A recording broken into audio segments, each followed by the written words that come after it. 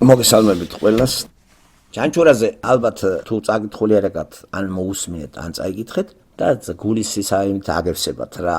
აი როგორ ექცევა ეს საზოგადოება რო მართალია მანდ ეს ბოქაულები ისენი მე-19 საუკუნის ფონი არის ცარიზმის რუსეთი, იმიტომ რომ ბოქაულები და ჟანდარმერიები საბჭოთა კავშირში პირველ იმაზე ახასიათებდა 20-იანი წლები, მაგრამ თუ ეს არის აღწერილი, ცოტა ძნელია თარიღი, ხოლმე მიხეილ ჯავახიშვილი მე-20 საუკუნის მწერალია. ძირითადად მე-20 საუკუნის მწერალი, იმიტომ რომ დაბადებული არის მე-19 საუკუნის 80-იანი წლების ბოლოში ახალი მაწვილი არის და ძირითადად ეგ მე-20 საუკუნის განეკუთვნება და თუ რამე ისე გადმოაქვს რაღაცა შეიძლება ის ზუსტად ისენი არ დაგვისვას თარიღები.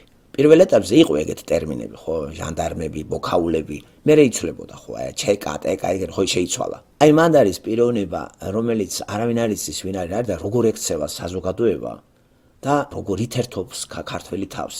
ძაღლი და ჩანჩურა, ადამიანის სახელი გაურკვეველია ჩანჩურა, იმიტომ რომ ზედმეტ სახელად ჩანჩურა არის. მაგრამ არ იციან რომელი გვარიდან არის, რაღაცა სიმბოლო არის ეს ჩანჩურა. რატომ არ არის გვარი ცნობილი სახელი რომელიმიდან ვერ გაურკვევიათ, არავინ არ იცის და საჭმლის გულისთვის ბაზარში ეს როგორ ერთობა ხალხი ამ პიროვნებაზე, გადაუგდიან ხორცით, ძაღლით ეს იბრძვის სულ და ბოლოს უყურებენ სცენას საჭმლის გულისთვის ძაღლი როგორ ეტაკება ჩანჩურას, ჩანჩურაც ებრძვის და ძაღლმა გაიმარჯვა, წაართვა ის ამას სისხლი მოზის და ძაღლი ჰაერში გააბურთავეს. ჩანჩურას კი ამ მთელი რაღაც ტკივილი იგრძნო, მთელი რიგი რაღაცეები, რაღაცა დაეტაკა ის, გადაჯეგა ურემა, მთელი რიგი რაღაცა სამწყობაში სული გაცურა და არც არავის არ უნატრია და აი ეს ბოქაულზე ხის ვაიმე თუ ვინმე არ დავიჭირე, მე შეიძლება სამსახურიდან გამოგა, ამას ესაშინებს. აი ეს არის პატარა მოთხრობის ძალიან დიდი სევდა და ტრაგედია. ეს ტყუილი არის, აი მწერალი რა ინფორმაციას გადმოგცემს აქ, აი რაღაცა ინფორმაცია არის. ხატრულ ფორმაში და ძალიან მცირე ნაწარმოები არის, ხო? რაღაცა 26-დან 31 წუთამდე არის. გააჩნია მკითხველის სიჩქარე და ტემპრი. ხო, ამიტომაც 26-დან 31 წუთამდე. მაგრამ ისეთი სევდიანი არის, მეტი რო არ შეიძლება. მე მინახია ისეთი ადამიანთა გაერთიანება, რომელიც დაცინიან აი ესეთ უბნებში ყველას ყოლია თავის ჩანჩურა. ესე იგი ადამიანი, რომელიც საზოგადოებაში არ ეწერება თავის სრულფასოვნებით და რაღაცა ნაკლოვანი აქვს ფიზიკური იქნება, რაღაცა და როგორ გარშემორტყმული არის ხალხი, შვაში ესა და кайფობდნენ. ჩემ უბანში იყო ასეთი დიდთავა თემურას ეძახდნენ. ხალხი დაცინოდა, ერთობოდნენ, გაერთობდნენ, მე ეტყოდნენ თუ დაიღლა დაგვეთესი აქიდან და ესა წყალი დადიოდა ესე კარდაკარ. თუმცა კაი ოჯახის შვილი იყო, ესეთი ფიზიკური ნაკლოვანების იყო ესა და ესე გული ტკივოდა დედამამას ამის იმით. ამათ ფიზიკურად არაფერი არ აწუხებდა ამას მატერიალურად. მოსახლეობა კი ერთობოდა ამით. ასე იყო პლეხანოველი კიკა და ჩამორიგებული იყო ესე კიკები. ხალხი კიდე მაოცებდა, ამით როგორ ერთობი რა. ისე მე ჩემი ისტორიიდანაც რო გავიგო, მე თუ ვერთობოდი, ერთხელ სახში შემოვიყვანეთ, ჩემმა ძმამ პიანინოზე დაუკრა და ეს დიდავა თემურა და ვამღერეთ, მაგრამ ზედმეტად ათავხედებდა ხალხი და რო წაცდებოდა რამე, მაშინ თუ ცოტა მკაცრად დაველაპარაკობთ, თორე ისე არასოდეს არ ქონია სურვილი ამ კაცზე, მაშინ ახალგაზრდა იყო, გარდაცვლილი არის, რო მე მეშაყირა და გავთობილიყავი. და ზოგი სცემდა კიდევაც ესე გაარტყალდან ის გოგუებიც ისენი. რა საზოგადოება იყო ისეთი. ვითომ ჰუმანისტი იყო საბჭოთა კავშირი, ეხლა რო ვიგონებ და როცა ვკითხულობდი ჯავახიშვილის ამ ნაწარმოებებს თავის დროზე, რაღაცა თვალის ახელასაც ჰქონდა ადგილი. გარკვეულად ეს ჰუმანიტარული მწერლები ჩემში ადამიანობას წამოწევდნენ წინა პლანზე. ჩვენ ხომ მაინც ნადირები და მხეცები ვართ, გამიგეთ? ეგ შინაური ცხოველი ვართ, შინაური ხალხის ისტორია, ისე გარეთ მტაცებელი მგელი ვართ. თუნდაც მეგობრებისთვის. ტყუილა ვიძახით ჩვენი საძმოს, რა საძმო, რის საძმაკაცო. იძმაკაცებისი არა, მთელი საქართველოს საძმაკაცო არ არის. ესეთი ცემატყებაა თქვენი მოწონებული. საძმაკაცოშია ომი, აბა უცხოელები ერთმანეთს არ იჩხუბებიან. ამ ნაწარმოებშიც ისე მიდის თხრობა, ავტორისეული თხრობა, რომ გული მოგიკვდება რა, რომ რა არის საჭმელი, აი დაცინი ადამიანს, ნაჯერ მიეცი რა. და ძაღლთან ისეთი რამე გადააგდო, რომ ძაღლსა და ადამიანს შორის კონფლიქტი ჩამოაგდე და ძაღლმა რო წაართვა, ეს გაუხარდა ხალხს და იცინოდა რა. ბაზარში, საყასფოში. ეს იყო ტრაგედია ერისა. რატომ მოუნდა? აი სურათი ნახა ამ კაცმა ჯავახიშვილმა. შეიძლება ნახა რაღაც ესეთი სურათი, მაგრამ ხატული ფორმით გადმოცეს. განაზოგადა და სახელი და გვარი არ აინტერესებდა. ამიტომ არის ეს ჩანჩურა. არა ვართ ჩანჩურა ქართველები. ჩვენიერი არ არის ჩანჩურა? არა ვართ მათხოვრები? საყაზბოთ როგორ განვიხილოთ, ევროპა თუ ამერიკა? ხო, რომ გადამოგვიგდებენ რაღაცაზე ერთმანეთს რომ დავერევით, ხო, გადამოგვიგდეს დემოკრატია. ხო დავერიეთ ერთმანეთს. ჩანჩურაერი ვართ. იმიტომ დაწერა მოკლე იმაში ესეთ იმით რომ ვერც გაიგებს იგაური მწერლები ხო აი ჩანჩურა ვართ, ჩანჩურა. ყველანაირი გაგებით ჩანჩურები ვართ. და მივიწვით ამ ვითომ ევროპაში და დააწერეს მწერლებმა განიცადეს ტკივილები ქონდათ, მაგრამ ვერაფერს ვერ შეასმენინებ ადამიანს.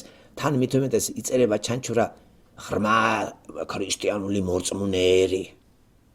ეხლა საერთოდ ამას ვინ წაიკითხავს ახლა ამის წაკითხვას იკადრებს ახლა ბაჩოდა და ის გურო რო არის ხო ფილოსოფოსი მიხეილ ჯავახიშვილს როგორ წაიკითხავს ახლა ჩომსკი და ეს ჟიჟეკები და ისინი უცნაურია პირდაპირ ხო ცინიკოსები ზიან და გადაძდეთ ტვინი წოდნით და უკვე ის გადარჩენიათ ვიღადაოთ ახლა ყველაზე ვინც არის გარდა ბიძინასი და ღარიბაშვილისა ესენი ტაბუდადებული პიროვნებებია ეს როგორ ოცნება და ეს ტაბუატებს ამას არ უნდა შევეხოთ მართლმადიდებლობას ტაბუატებს ვინც ამას რამენერად დაუპირისპირდა ის ყველა გადავყაროთ დავცინოთ გავამასხროთ ყველანაირად და განსაკუთრებით მასხრა თავიგდოთ სააკაშვილი და ასეთ ადამიანებს ეწოდებათ განათლებული და ფილოსოფოსი არ ვიცი მოკლედ რა ესენი არ იყადრებენ ხო ასეთ ნაწარმოებს და გოიმები ხო არ არიან ახლა ქართულ ლიტერატურაში რომელიმე მოთხრობა იკითხონ მე რაკანას დერიდამ და ბოდრიერმა ის ვინ წაიკითხოს რაში გადგებეთ როცა ჩანჩურა ხარ ჩანჩურას პრობლემები უნდა გააცნობიერო საქართველოში და დაავძლიოთ ჩვენი ჩანჩურიზმი ჩანჩურა არის ყველა ეს ღარიბაშვილიც ბიძინა ივანიშვილიც ხო განვიხილეთ ის მეჯღანუაშვილი ესე მთელი ეს პრობლემები რომელიც ქართულმა ლიტერატურამ წარმოაჩინა საერთოდ ისე ჩაირიხინა სამარავის აფილეროს სწავლია ქრისტე ხო დამთავრებული ხა ქრისტეს ვინ მიიღებს მათ ვერც ლიტერატურამ და ლიტერატურულმა ნაწარმოებებმა წერლებმა ვერ ჩაგვახედეს ჩვენ ჩანჩურიზმში ჩვენს მეჯღანუაშვილობაში და ჩვენ სისულელეებში ამას ვკითხულობდით ისე დავიწუნეთ გადავაგდეთ ეს გოიმობა ახლა ქართულ ლიტერატურას კითხვა აგერ ვიკითხოთ უცხოური ლიტერატურა პოსტმოდერნიზმი და ჩავიცვათ პოსტმოდერნისტულად გამიგეთ მოვიხუროთ კურტკები წარწერები ინგლისური იმეებით ელაპარაკებით მაიკა უნდა ჩაიცვათ წარწერად ექსკრემენტი ვარ აი ესე ქართულად თან ხო უკან ინგლისურად ყველამ გაიგოს რომ ექსკრემენტი ვარ იქნებ გამოფხიზდეთ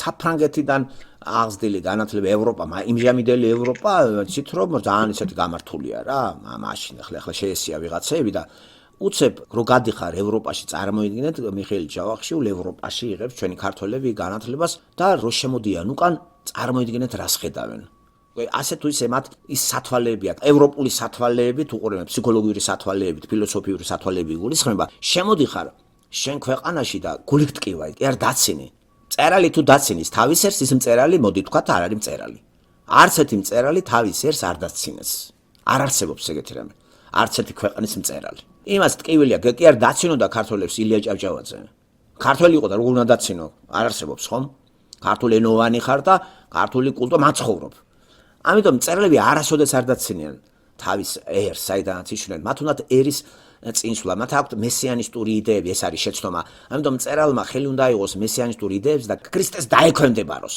მერე ეს ნიჭი განავითაროს ჩვენთან მაინც ჰუმანისტები არიან ხო ქართველი კაცი რომელიც შემოდის ევროპიდან და რა ხდება მანდ ჩანჩურიზმი ჩანჩურა ქვეყანა დღესაც აი დიდი ხნით ნაცხოვრები გერმანიაში აი თქვათ 20-30 წელი არ ყოფილა საქართველოში როგორც კი ჩამოვა ჩანჩურას დაინახავს ჩანჩურა საქართველოს სუბიექტი აი ჩანჩურა და ამის მხატვრული გადმოცემის მცდელობა არის და არა მარტო ისე იგაურად რომ ვერ გამოეკიდები ამ კაცს თორე გადაირევა ხო მე ეკლესია დაესხმებოდა თავზე მკითხველმა უნდა გააფართოვოს ეს და დაალაგოს ესეთი იმ ლოგიკით რომელი ლოგიკაც ღმერთმა მოგცა ჩვენ დავალაგოთ ესა და რაღაცა მივახვედროთ ადამიანს ამ ლიტერატურული ფორმით მაინც ეს ხო გულის ტკივილით დაწერილი ნაწარმოებია რაღაცა სურათს ნახავდა ეგა ხო მწერლები ხო როგორც სხვანაირად უყურებენ ყველაფერს სხვანაირად უსმენენ აგროვებენ ყველა გამონათქვამებს დადიან მოგზაურობენ მერე იყენებენ ამას და ესკიზის სახით მერე ნელ-ნელა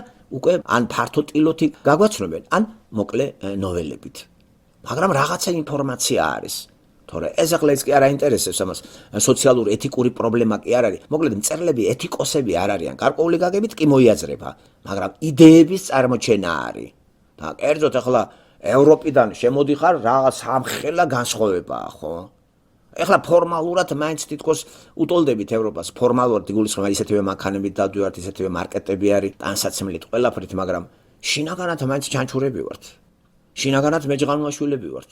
შინაგანად ისევ ქვასროლია ხალხი ვართ, გამიგე ნებისმიერ დროს და სოფიკოსავით ქვას მოგვაჩეჩებენ რომ ვესროლოთ. შინაგანად ესეთები ვართ იასონები, ქრისტინეს მოატყუებენ, გამოიყენებენ ქრისტესავით და მერე გააუპატიურებენ. აქ იესო ქრისტე ჯვარზე გაუპატიურებული გააკარეს, ხომ? რო არ მიიღებ ეგ არის გაუპატიურება. ხო, ეს ახარ ბელზებულობა დაწამეს. აი ვერ გავწდით ამას. ასე რომ ქართული მწერლობა კარგად არ არის შესწავლილი, გამიგეთ. იმიტომ რომ ქრისტიანი არ არის ჩვენთან ლიტერატურად ცოდნე და გვჭირდება განა ლიტერატურის გადაყარა, ლიტერატურის გაანალიზება და ინფორმაციის მოწოდება. მთელი ლიტერატურა, ქართული ლიტერატურა მარქსისტებმა შემოგთავაზეს თავისი ინტერპრეტაციით, მარქსიზმი წავიდა და ლიტერატურას დაეკარგა ძალა. ეხლა აღარავინ აღარ უბრუნდება ლიტერატურას და თუ ლიტერატურიდან ქართველებს რამეს ვერ მიუტანთ, მაშინ რითი უნდა გავაგებინოთ ქართველებს რანი ვართ? რითი? გამაგებინეთ. ვერაფრით აი გაუგებარ მდგომარეობაში. ბიბლია გამორიცხული, მანდ ბიბლია ხო იცით ახლა. ბიბლია დაარისხებული წიგნია მაგათთვის. ვერს გეგმეგო და კარგი ის აქვს, ვერ გავიგებთ მღვდლის გარეშე. ხო და რას გაგებინებს მღვდლის მაინც მითხარი? რიტუალებს ხო? ო რა თქმა უნდა ალეგორიული ფორმით გადმოცა ის ტკივილი, რაც თქვათ მარქსისტებს ზარზე ემით, რომ ამცნეს საზოგადოებას თითქოს და მიაგნეს ისეთ ჭეშმარიტებას, რომ გადაწყდება ყველა პრობლემა. აღარ იქნება დაპირისპირება, აღარ იქნება კლასთა ბრძოლები, აღარ იქნება სიღარიბე. ეს მარქსიზმი იყო და ეს იცით რომ 20-იანი წლები და 21921 წელი უკვე არის გასაბჭოების წელი. როდესაც უკვე მთავრობა გარბის სამწლიანი ვითომ დამოუკიდებლობის შემდგომ და ბოლშევიზმი იმარჯვებს მათ. ეგრეთ წოდებული შულავერის კომიტეტი რო ჩამოყალიბდა სხვათა შორის ახლა 16 თებერვალს 100 წლის თავი შესრულდა მაგ კომიტეტისა, რომლებმაც პირდაპირ გადაუტირეს ამ ყველაფერი იმას, რაც დამოუკიდებლობას მაინც პირველ ეტაპზე გაურკვეველი მდგომარეობა იყო, რა დავარქვა არ ვიცი, დამოუკიდებლობა დავარქვა, ფსევდოა თუ რაღაცა და ამ შულავერის კომიტეტმა არ დაინდო არავინ. ეს შემთხვევითი არ არის, აი 100 წელს თავი გავიდა რა, 1921 წლის 16 თებერვალი და აი ორი დღის უკან 16 თებერვალი ხო, სადღაც როდის იყო გუშინ ხო, 15 სამშაბათს.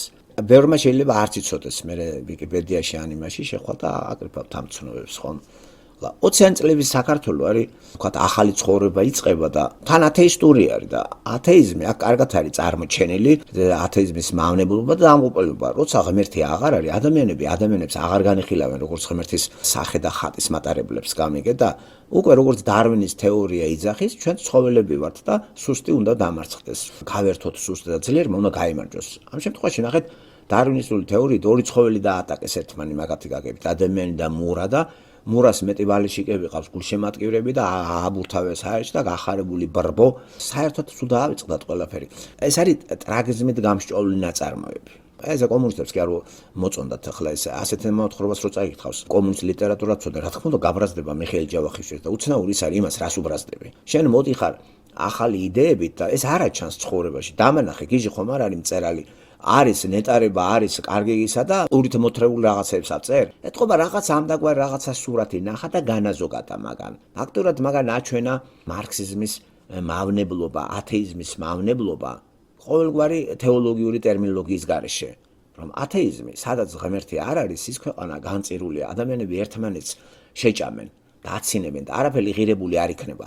ეხლა იქ ანტიკურ რომში რამ შეწყვეტა გლადიატორთა ვრცელდებოდა ქრისტიანობა მთლიანად რომის იმპერიაში და როდესაც ეს ქრისტიანები დაესწრო ამას გადაირია რა და ჩახტა იქა გაგიჟდა ბრბო ადრლანი აწეული არის დაყოფილია ორად ვინ ვისკენ არის გულშემატკივრები გამიგეთ ამიტომ არის აგრესიებსაც ბადებს ეს ადრლანილი იმ შემთხვევაში თუ წააგო ჩემა ფავორიტმა და სახში შეიძლება დავლეწო ყველაფერი ფეხბურთის ფანატიკოსი რო ვარ და ჩემი ფავორიტი გუნდი აგებს მოვალ სახში და ყველაფერს ყირაზე ესე იყო მართლაც ფეხბურთი მეზიზღებაო ერთმა ქალბატონმა მითხრა რატომ მეთქი და აი თუ არ მოიგო თბილისის დინამო უნდა გავიქცეთ სახლიდანო ღმარის ამტროს ყველაფერსო ტელევიზორი გადააგდო სახლიდანო პირდაპირ გაგებით მე დაველაპარაკე მართლა ეგეთი იყო ეს ტიპი და ერთი ხომ არ იყო ესეთი კითხვაზე პასუხი რატო იწევა ადრენალინი და ეს მართლაც ორივე შემთხვევაში ნუ ადრენალინი იწევა გახარებული და ისინიც ზედმეტად აქტიურობენ და ცნობილი ფაქტია გამარჯვებული გუნდის ფავორიტებმა როგორ დალეწეს ყველაფერი ამათ რაღა მოვიდათ რატო ამტრევენ იმიტომ რომ სიხარულმა ციცის ესეთი გამოვლენა დალეწავენ ყველაფერს ჩვენ გავიმარჯვეთ. აქ გლადიატორთა ბრძოლაშიც ორად იყო, გამოვიდოდა ორი, აარჩევდნენ, გახსოვთ კინოფილმი სპარტაკი, როგორ არჩევენ აი მას საბრძოლველად, ქალებს აარჩევინეს, ვინ ვის დაეტაკება და აბა ნიზლავების დადება წავიდა. და ამას რო უყურებს ქრისტიანი ვერი და გადაეშვა იქა, შენ ჩაუშალე ხალხს, ნიზლავებია და რა თქმა უნდა, ტყავს გაგაძრობენ. აკუწეს ის, ხო, მთლიანად, მაგრამ გაირინდა მაყურებლები მერე.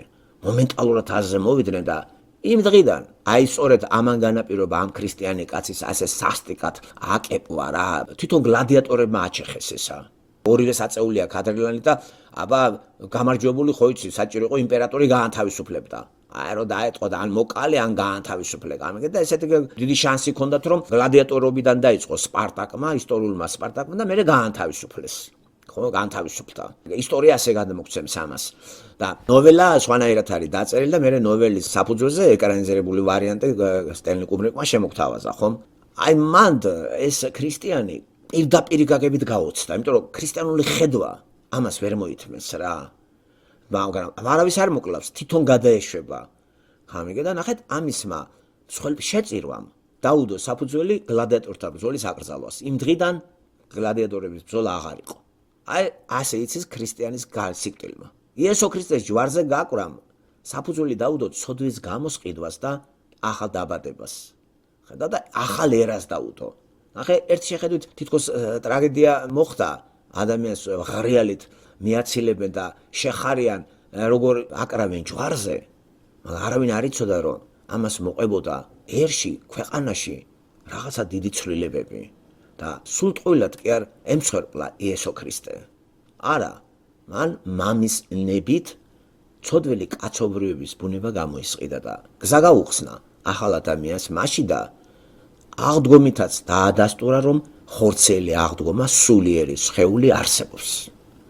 და სულიერი სხეული აღდგა იგი ლუკა მახარებლის ბოლო თავი და საქმე მოციქულთაც პირველი თავი ამაღლება სხეულით და ასუყურებთ რაც გეხართ როგორც ამაღლდა ასევე ხორჩესხმული იგი სული დაბრუნდება მეორეთ მოსulis დროსო თუ ეს არ იწამა ქრისტიანობა იმის ქრისტიანობა მე არაფრად არ მიმაჩნია ხო ამას ახლა გონებაში ვერ ჩავიტებთ იმიტომ რომ პავლესაც უსმებდნენ კითხვას როგორ შეიძლება აღდგომაო და იცით ცნობილი კორინთელთა მე-15 თავის როგორ აღდგება რას ნიშნავს აღდგომა როგორი აგრომ ილუსტრაციებით გვაგებინებს იმ იდეას აღდგომის იდეა რო ქვია როგორც რეალობისა ღმერთს რაც ადამიანისთვის შეუძლებელია ღმერთთვის არ არის შეუძლებელი ყველაფერი შესაძლებელია ასე რომ კითხვები მაშინაც გქონდათ როგორ შეიძლება სხეულში ადამიანი აღდგეს და სხეულში რანაირად შეიძლება სხეული ხო ესეთი რამეა რომ უნდა გაიხსნას და მიწას მიებაროს აკიძახის რომ თუ მიწაში არ ჩააგდე როგორ ამოვა ითესება ხრწნილობით და აღდგება ახეთ აი დიდებით ესე იგი არის მშვენიერი სხეული ციტირება პავლედან და არის სულიერი სხეული იესო ქრისტე არის პირველი არის იესო ქრისტე რომელმაც ახალი ადამიანის დაბადება გვამცნო სხეულებრივი აღდგომით და დაადასტურა ეს თავისი რეალობით და დაყო რამოდენიმე პერიოდი მერე გააცილეს ის გავიდა კი არ გამქრალა ის და შესაბამისად ქრისტეში ყველა დაგვიბარა აღდგება. ესე იგი მშვენიერი სხეული არის სხვადასხვანაირი სხეულები. დააგვიდეთ ცხოველთა სამყაროში სხეულები. ასევე მშვენიერი სხეულიც არის და არის სულიერი სხეული. ასე რომ სულიერი სხეული იმ შემთხვევაში გექნება თუ სული გაცოცხლებული არის და აღდგენილი. თუ დარჩი მშვენიერი სხეულად, მშვენიერი სხეული ადამიანს სხეული ექნება მისი შესადარი, რომელიც არც გაიხსნება, არც დაიშლება, მაგრამ განდიდებული არ იქნება, ეს ტანჯვის სხეული იქნება. დღესაც ჩვენ მაგალითად დროებით ცხოვრებას ვეწევით და ჩვენი სხეული ვერ ვიტყვით, რომ მთლიანად არის გამართული. ჩვენი სხეული თავს იჩენს ტკივილების სახით, თუნდაც ფიზიკური ტკივილი აქვს დაღლილობის სახით და გვაწუხებს სხეული. სწორედ ამ სხეულის ამანეიტრალებელი ფსევდო საშუალებები არის ყავა, ნარკოტიკები დაბალი დონის, სასმელი, სხვადასხვა რაღაცა დამატებითი, თქვათ ისენი ნივთიერებები, საჭმელების სახით, რომელმაც ეს მოხსნას ეს სიმძიმე. ნუ ლაპარაკია ტკივილს ახლა ვერ მოხსნეს ყავა, მაგრამ არის ესეთი ნივთიერებები, რომ პერმანენტული ტკივილი უწყვეტი რომიდის მორფის შედეგად დოზები რო იზრდება, ეს ტკივილი არ შემოდის ჩვენს ცენტრალურ ნერვულ სისტემაში. არ ვიცი რას უკეთებს, უცნაურია, ხო? მაგრამ სწორედ ეს ნივთიერება ღმერთს მიერ არის გაშენილი ყაყაჩოები და რაღაც მაგისგან კეთება წმინდა მორფი, ხო? სხეული, რომელიც ჩვენა გვაქვს, ვერანაირ ვერ იტყვის, რომ ეს სხეული არის განდიდებული. ჩვენ ვართ სხეულში, შუნივერი სხეული გვაქვს, რომელიც თავს იჩენს ყოველთვის და დამძიმებული ვართ, ხან წელი ტკივა, ხან ხელები, ხან მუხლები, წელითი წლობით ჩვენი სხეული დამძიმებული არის. და იქ გამომწყდეული თუ შუნივერი სულია ჩვენი, ეს გამოვა მშვენიერი და აიღებს იმ სხეულს გამოუსყიდველს, რომელიც კი არ გაიხსნება, მუდმივ ტკივილებში ვიქნებით. უფრო შეგვაწუხებს. რომელიც ეხლა ქემაიც ერთი სული აქვს ადამიანს, როდის გაძვრება სული, როცა ხანგრძლივად საწოლზე ტკივილებს უძლებს და დღეს ითვლის და ბოლოს აი დაისვენა, იტყვიან და ჩვენც დაგვასვენა. კაცული მართვის დასასვენებლად ვინ მიდის. რამიდა ვთქვა ამ ასეთი გავცობილი წინადადებით სხეულს, რომელსაც ვატარებთ, ეს არის ტვირთი ჩვენი. მიუხედავად იმისა, ლამაზია სხეული ზოგის, უვლით, მაგრამ ეს მაგარი ტვირთია და იჩენს თავს ეს ასაკთან მოახლოების დროს. ტკივილები ხელზე, ფეხზე, შინაგანი ორგანოების და თუ ტკივილი პერმანენტულია, ვეღარ უძლებთ ამას, რომ არ გავგიჟდეთ დამატებითი ნივთიერების მიღების შემდეგ გაყუჩება ხდება. ბუნებრივი ადრენალინი აღარ ყოფნის ჩვენ და აი ამ ხალხს, როდესაც სენეკა იძახდა ამასო და აგრესიით მოდიანო და ურჩევდა ხალხს, რომ ეგეთი თავყრილობაზე არ შევიდეთ, ურჩევს ის ლუცილიუს, ეს არ ვიცით ისტორიული პიროვნება იყო თუ არა და ეს ზნეობრივი წერილები ლუცილიუსის მიმართ სწორედ აქ სხვადასხვა თემებს იხილავს ეს კაცი.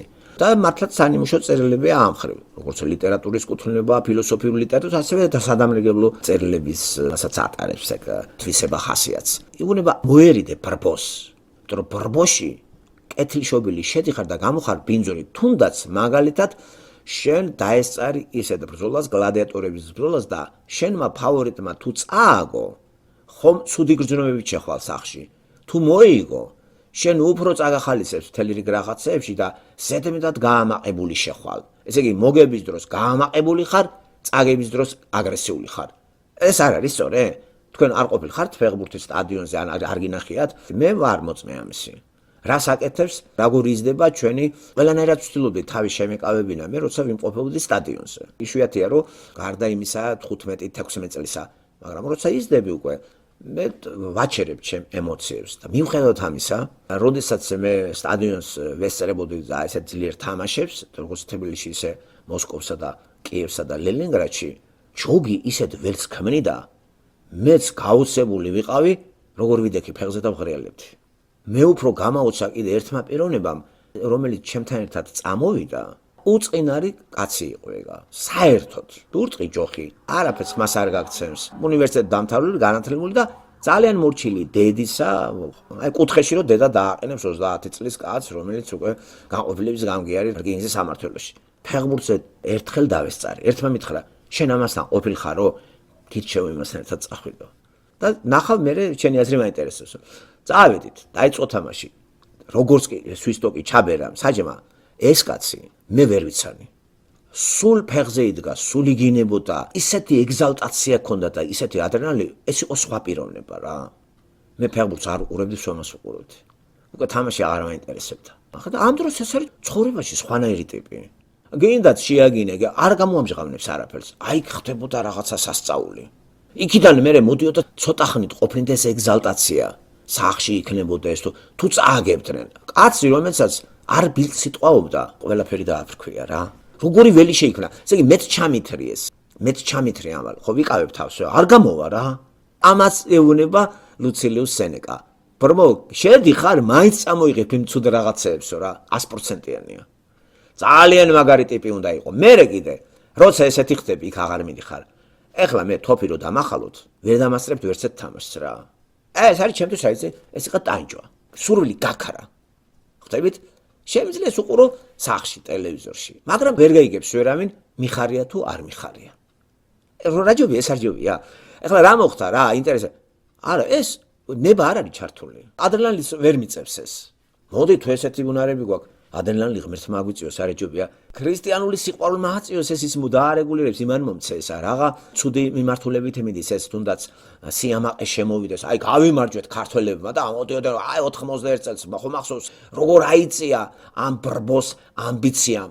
აი ჩვენ დავამარცხეთ რუსების დედავატირე გამიგე ეხლაც გვეტყვიან 91 წელს თასი რომ მოიგეს ჯერ ერთი არაფერი გუნდი არ იყო კარცა ეს იყო რავი იმის მერე საერთოდ არ მინახე ეს გუნდი გერმანიაში ყველაზე ტრაქშავარდნილი გუნდი უკაცრავად პასუხი ეს კარცეისი იყო თან თასების თასი ესეთი პრესტიჟული არ იყო ეს თასი როგორც იქნა გავეთრიეთ იქა ხო საბჭოთა გუნდიდან თბილისის დინამო და როგორც იქნა მოვიგეთ 2-1 ხო თუ გახსოვთ გათანაბრდა ერთი ყურები ჩამოყარეთ და მე ვიტალი დარასელიამ გაიტანა ყველა იგრიალა ხალხმა და ის ყველა ქუჩაში გამოიყარა ღამე გაათენეს სტადიონზე შეცვიდნენ პირველი თბილისის დინამოზე და ისეთი გაფუყულ გაბერილები იყვნენ გეგონებათ იმის დედავატერი რაღაც აღმოაჩინეთ რა ასე რომ სენეკას სწორს იძახის გამარჯვების შემთხვევაში ამბიციები შემოდის დამარცხების შემთხვევაში აგრესია და მინახია კაცი როგორც ააგო რა დღეში იყო დალეცა ყველაფერი რა იგინა ილანძღა და ბოლოს მამამისი წყობილებიდან ის ბალეტში ყოფდა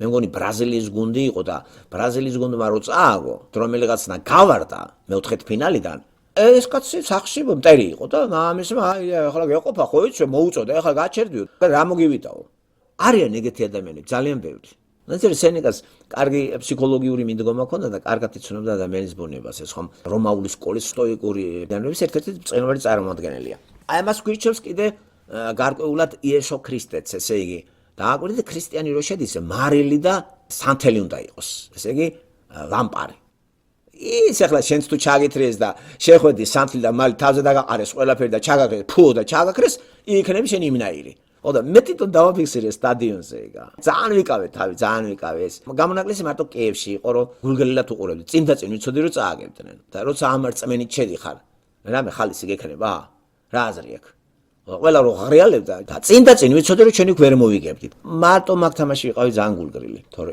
ისე ჩათრევა იცის ამან ეს ველი იყრება და შენს გაგაბინძურებს გაგათახსირებს და ადრენალინი რო აწეულია სისულელეს ჩაგადენებს გამოდიხარ სიამაყის გამო ვიღაცას ხეთქავ მაღაზიებს დაამტვარ რასაც აკეთებდნენ ლივერპულელი ფანები გამარჯვებაც და დამარცხებაც აღინიშნებოდა ერთი შედეგით დალეწვით და წინ და წინ იცოდა ყველა მკეტავდნენ ყველაფერს მაღაზიებს და იცით რა მხელა ჯაფა ადგა პოლიციას ადგილობრივს აი ეს არის ბრბო და ბევრი ფილმი ამაზე გადაღებული ჩხუბები მე ერთმანეთთან ორივე გულშემატკივრები შეხვდებიან ერთმანეთს და თავპირის მტრევა მიდიოდა ერთი ბრიტანული ფილმი ასე და რუსებმაც გადაიღეს ასეთი ფილმი როცა ერთი სპარტაკისა და ზენიტის გულშემატკივრები თამაშის დამთავრების მერე ხვდებიან ერთმანეთს და მაგარი ცემატყება მიდის აი ესეთი ადამიანები გამიგე და ახლა გვეწოდებოდეს ქრისტიანი უკვე სირცხლი არის როცა ქრისტიანო გაქრისტიანდა ადამიანი ეს ყველაფერი მიატოვა ეს არის სისულელი ახლა დღეს იცით როგორი ფული გაუთავებელი მუჭების რტყმა რინგზე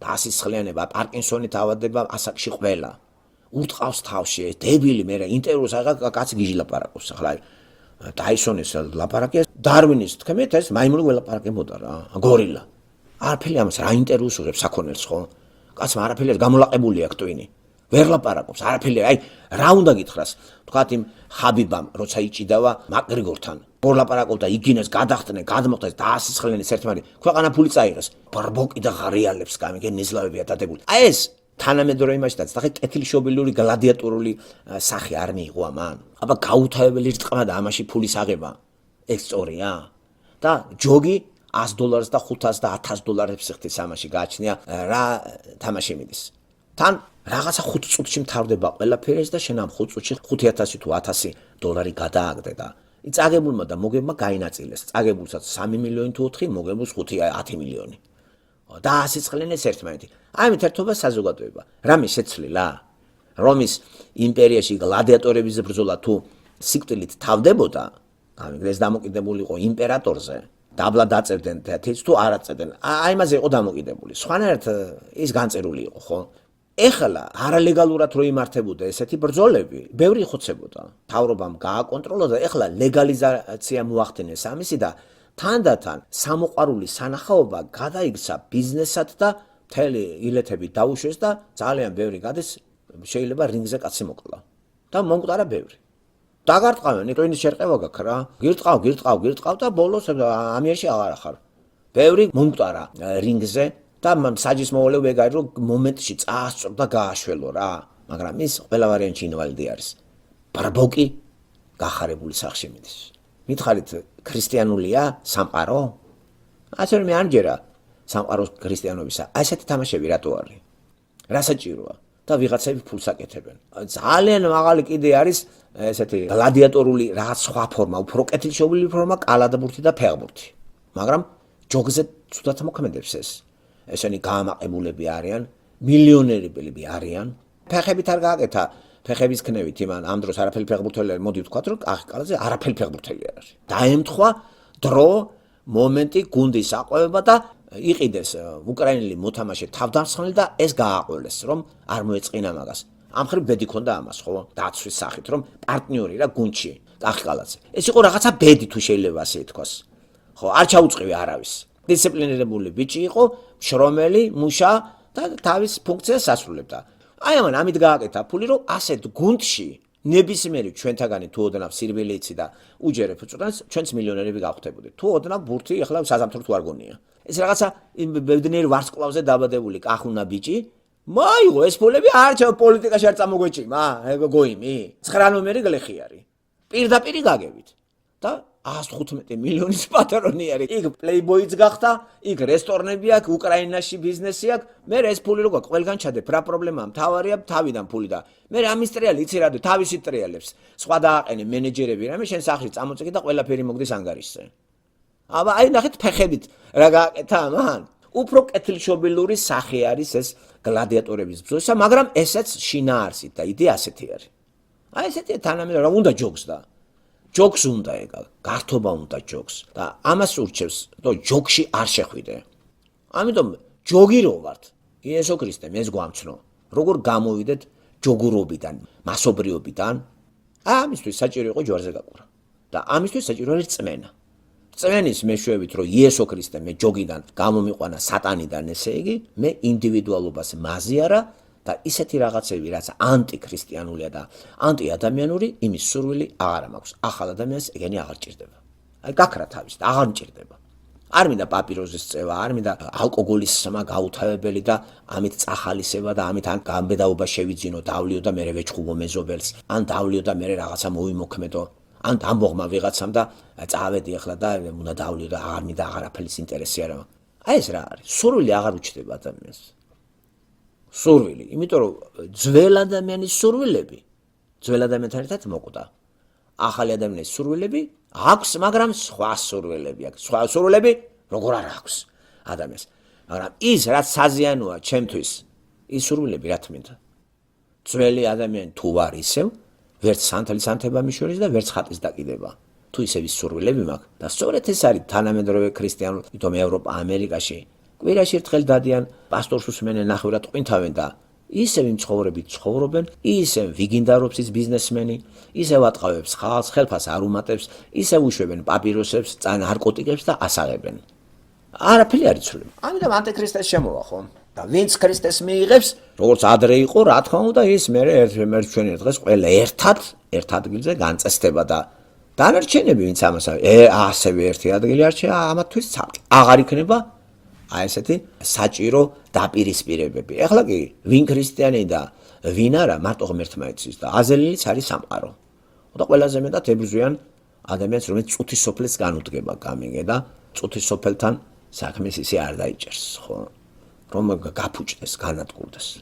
აი ქრისტიანა ბოლოს თავდება თუ ხსენება არ მაღალოთ ვეფხვის ტყაოსიდან ამონარიდით და ეს ვახ სოფელო რაში განხარა, რას გვაბრუნებ რაზნე გჭირსა გამიგე და აი ეს ამით თავდება და ახლა ეს ახლა რა აფორიზმი არის ჯერ რა სოფელი რა შვაში არის სოფელი რა ჭირს შენ ახარ პრობლემა ადამიანია პრობლემა სოფელი წუთი სოფელი კი არ არის ადამიანი ცოდვათ რომ დაეცა და ეს ავთანდილი რომ იტის უკვე იმის აძებრად მაშინ არის ეს იმ თავში არის ეს ავთანდილის ლოცვაში არის ეს ბოლოში სოფლის სამდურავზე და მარტო ხოსტყაოსანში არ ხვდება ესა ალექსანდრე ჭავჭავაძესთანაც ხვდება, ასევე ხვდება ბარათაშვილთან და სოფელს ემდურიან. ვახ, სოფელო რაში განხარ? რას გვაბრუნებ, რა ზნე გჭირსა? ახლა თითქოს აი ობიექტო, ეს შენ რა შენ სოფლის სამბავში ჩავდოთ სატანა. და ხედავ კაც ესე იგი როგორ არის, იცი, სამშობლოს მოწყვიტავ თანამედროვეებით, სადღაც მიდიხარ ეს რა მათქმევინა ავთანდილის მარატო თქვა ეს სიტყვა. იმიტომ რომ მოწყდა თავის საყვარელ ადამიანს და მიდის და ხედავ რა არის წუთის სოფელი რა დღეში გვაგდებ, რა გვჭირს, რა სტუდი სოფელო, რატო აკეთებ ამას, რაზე ნეგჭირს, რას გვავრუნებ, სადაურსა საწაიყვან კაცსა და აღმოუფხრი აი ამ ძირსა. გამიგეთ ესე იგი დაატოებინებ სამშობლოს. წუთი სოფელია გლამნაშავე. აი ქრისტიანე მოთხრობა ამით მთავრდება. თითქოს იცით რა არის? რამოდენიმე ისი ძახის ამას, როცა სამატყოფოში ის ხალი გარდაიცვლება რა. ეს ეგნატნაშვილის ის რო გავარჩიეთ ჩვენ. ხო, ეს ის კეთილი და პატიოსანი ჩემო კარგებო. კარგი, დაგემშვიდობებით, აბა დროებით და კარგად იყავით, ხო?